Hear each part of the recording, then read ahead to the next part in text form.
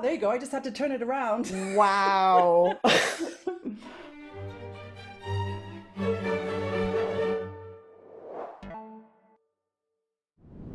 First of all, thanks a lot for taking the time, and we're very much looking forward to have you next season. You'll be doing a concert for kids, and you are working in musical outreach and musical education, but not only for kids. I would say you're doing it for everyone. So, what's special when you do something for kids? What do you have to do differently compared to when you're talking to adults, for example? Well, actually, not a lot differently because I've found that the way that I talk to kids, if they feel like you're treating them like a little kid, then they don't want to listen, and so I treat them like they're my equals. And okay, maybe you change the language a little bit, and you know don't talk about F sharp minor modulating to E flat major, but if you speak to them like you're on their level, then they really respond. And also, what I found with kids is they also really appreciate high quality standard of music making, and that's just exactly like the adults. So I, of course, the most difficult age group to get excited about anything are the teenagers. You know, they're sort of like way too cool, and sometimes I feel totally inadequate because I'm a musician and maybe I'm not so cool to them, and so there you have to work a little bit harder. But the younger kids are an absolute joy, and the older ones, if you can reach them, that is such a joy as well.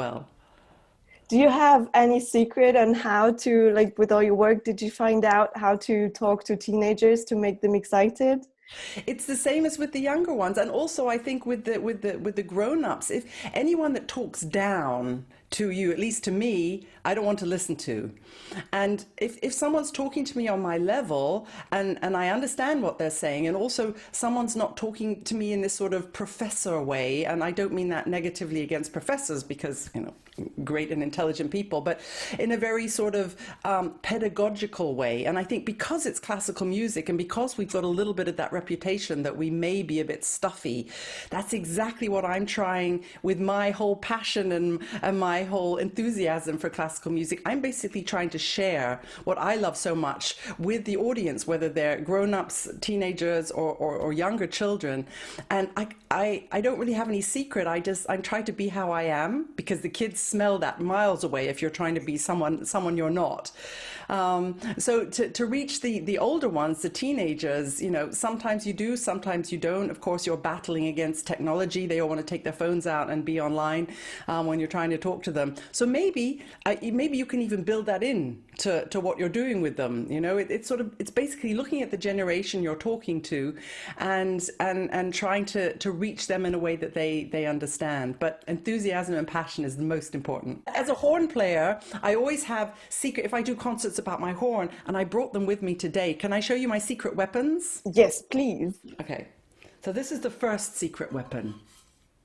Ooh. This makes all the kids quiet. This was the first French horn. This is You can play basically, on it. yeah, you can play on it. Listen. Well, first notes of the day. You can't really get a very good note out of it, but Ah, there you go. I just had to turn it around. Wow. Ah, there we go. So I tell the kids that this is like a text or a Snapchat or an Instagram.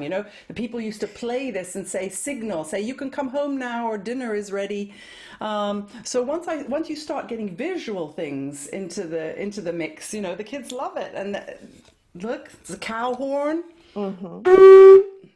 and then even a horn like this that comes from Peru. So I think it's important also to have visual things, especially if it's in a smaller group.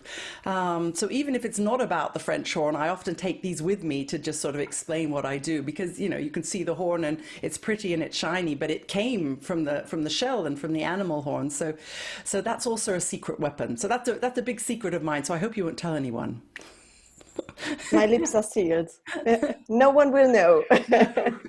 If you think about the future of music outreach, music education, do you see it in a digital way? What's your vision for that? That's a good question. I mean, actually, I'm a horn player, not a teacher. So everything I've learned to do is learning by doing. So I've not been involved with studies and research and all the rest of it. But of course, you see, everybody knows that young people are on their phones 23 hours a day, and or as often as they can be. So yes, I do think that we need to be reaching them digitally as well. That's a hard word to pronounce. Or whenever I have to announce that they're welcome to the digital concert hall of the Berlin Philharmonic, digital is a hard word. So yes, we do. But the reason that I'm doing what I'm doing, and I think all of the music educators all around the world, is because we know that the live music experience is absolutely unbeatable.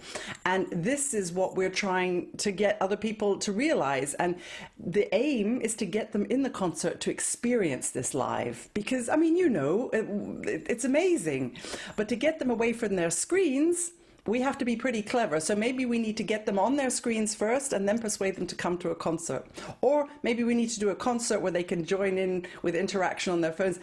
People are trying all sorts of things. I hope that if I can get them to the concert, then they'll have fun, because then I'll do my absolute best. Like in Luxembourg with the 12 cellos, I'm going to do my best. It's an interesting concert because it's not only for little children or for teenagers, it's a family concert. So basically, you have to entertain kids from 0 to kids who are 80 years old. That's beautiful. Yeah, in a way, everyone becomes a kid in this sort of.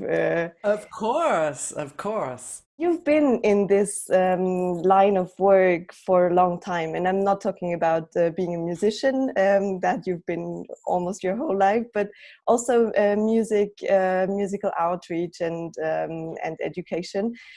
What did you bring to do it at the very start?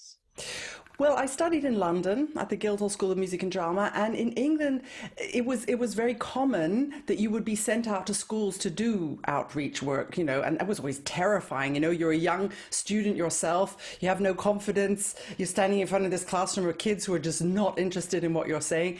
They were quite scary moments, but at least we did it. And when I came to Germany, I found that that was not so usual, the practice of going out into schools. There were, of course, people doing it. For example, but in my orchestra, the Berlin Philharmonic, there really was not a lot of outreach going on. And it took Sir Simon Rattle, who's also British, when he came, he brought with him not only, his amazing musical abilities, but he also brought with him the idea of an education program. And I must say that was, for my colleagues and I, similar to the experience that I'd had in London, because we weren't used to it. I'd had a little bit of a test of it, but many of my colleagues hadn't done that before. I mean, everyone had taught, and everybody, has their own way of communicating their music. But until you've stood in front of a class of 16-year-olds and tried to tell them about Beethoven, you haven't lived. So, so Simon brought this wonderful education project idea with him. And it's just grown and grown from then, and it was something I found that I really enjoyed. It was something I found that that I was actually okay at. I found that the kids would actually listen to me, and many of my colleagues said, well, "Why is that?" I remember one of my colleagues saying to me after a session that we'd done with 5 wind players, he was like, "Why is it that when I speak, the kids don't listen, and when you speak, they all do?" And and that's a good question. We talked about that a lot, but it was what you and I just discussed just now, this way of speaking to them and being on their level. They really don't react well to having the feeling they're being taught something in music, because they get that all day at school. So that's what started off my passion. I mean, I said already at the beginning, I'm not an educated music educator. I just do what I feel. And of course, you get a lot of experience. After 10 years, we celebrated 10 years of the Berlin Philharmonic family concerts this December. And that's a lot of concerts in a 360 degrees environment, like the Philharmonie. And that's a lot of children, and they let you know if they're bored because the sound level goes up and up and up. So you have to have many tricks up your sleeve. So it's learning by doing with me. Do you have examples for a concert, like the most successful one, where you thought, "Wow, I really had their attention going for the entire concert," and the worst one where the noise just went up and up and you couldn't stop it? Well, I mean, some classes when you go out into the school and the kids feel safe in their environment, and then if you're talking to older ones, sometimes that can be quite difficult. Kindergarten's always I love doing that, but they're not going to hold back if they're bored. So the kindergarten groups are great because you're talking, then there's one disappearing off there, and when he comes back, then that one's disappeared off there. But you mustn't take it personally. That's how it is. But I must say, my experience presenting concerts in the Berlin Phil has been really amazing. I mean, I can't say there's been any one that I felt, oh, I nailed it, because I'm always so critical with myself anyway. I never say, oh, I nailed it.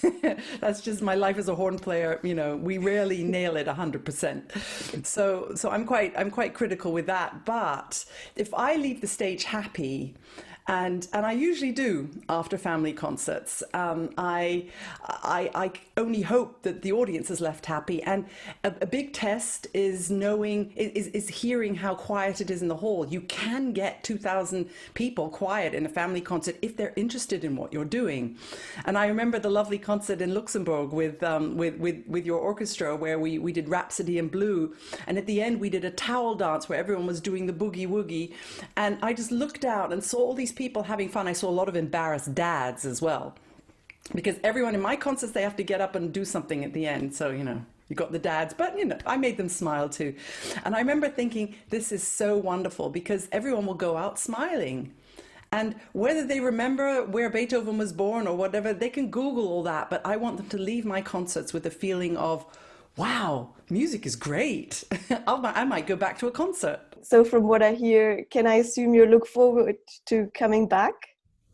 I can't wait to come back to Luxembourg, because I love the orchestra. I love Gustavo, your conductor, and I won't be working with the orchestra this time, but I will be bringing 12 of my favorite colleagues, the 12 cellos of the Berlin Philharmonic, and they are such superstars. Really, I remember the first time I did a family concert with them, I really felt like I was standing on stage with pop stars. I play with them in the orchestra every day, but this ensemble is so special, and they make such incredible sounds, and because I'm such a fan of them, and because I love to work with them, and maybe they'll let me sing with them as well. Shh, but don't tell anyone. Big secret. I just can't wait to come back, and it's our second concert with you in Luxembourg, and I hope that all the children will come from 0 to 80, 90, 100. How has COVID changed your life, your work as an orchestra musician, but also as a musical outreach star? Well, I did. Well, thank you very much. I did everything online, everything I could, and we're all so zoomed out right now. I mean, just to be looking in the camera, I'm happy to see you and happy to talk to my friends in Luxembourg, but you know what I mean. Yeah. You've been in home office for a year as well. Yeah. So it's been the same as everyone. We've been very lucky at the Berlin Philharmonic because we have our digital concert hall, and so we've been able to play because we're tested all the time, and we can play together on stage, but we have no audience. And of course, you miss the clapping like crazy. And funnily enough, the silence has become louder than the music, because it's deafening. You read these great writers that talk about the deafening silence, and as a student I was like, deafening, how can silence be deafening? It really can be. So we've missed that very much. But as a music outreach person, a communicator, I have been able to do that a lot more globally than I would do normally, because I've done classes for youth orchestras, and we had a Halloween horn hangout for young children. I made them all dress up, not only bring their horns, but they had to dress up in Halloween costumes, and done a series of videos. Everybody did what they could, I think, and the music world has advanced incredibly in a technical sense, because most of us didn't even know, how to set up Zoom. But now everyone's got, microphones and cameras, and and you can even enhance your screen, or put a you can even do something really exciting like change your background. So here I can add a whole lot of horn players to my background while I'm talking. or I can go and play with the soldiers in England. You know, it's it's also, or I can just go to the beach. So Oh, we've all been doing these crazy things, and I think you would agree it's amazing that musicians have been able to do this. But of course, there's nothing like a live event. And this year, this Christmas was the 10th anniversary of my Christmas concerts, my beloved Christmas concerts that I put my heart and my soul into for our family events in the Philharmonie. And to be standing in a studio, we did a best of where, you know, I chose all my favorite moments, which was also fun. But you know, you need that feedback, and you, if it goes well, there's never any better feedback than a family concert. If it doesn't go well, well, let's hope, and I'm sure it will go well in Luxembourg. So fingers it will. crossed. Everyone is invited. Yeah, yeah, and let's just hope the hall will be packed with people, and you will have a lot of clapping I hope in so. the And I end. hope that anybody who's watching this, who hasn't been to a live concert maybe yet, please do. It'll change your life. And if it doesn't, that's okay too, but at least you've tried it, you know? So I hope to see you all in Luxembourg again soon. And yeah, keep spreading the word. Thank you so much, Sarah. Thanks, Saskia. Lovely to see you. Lovely to see you.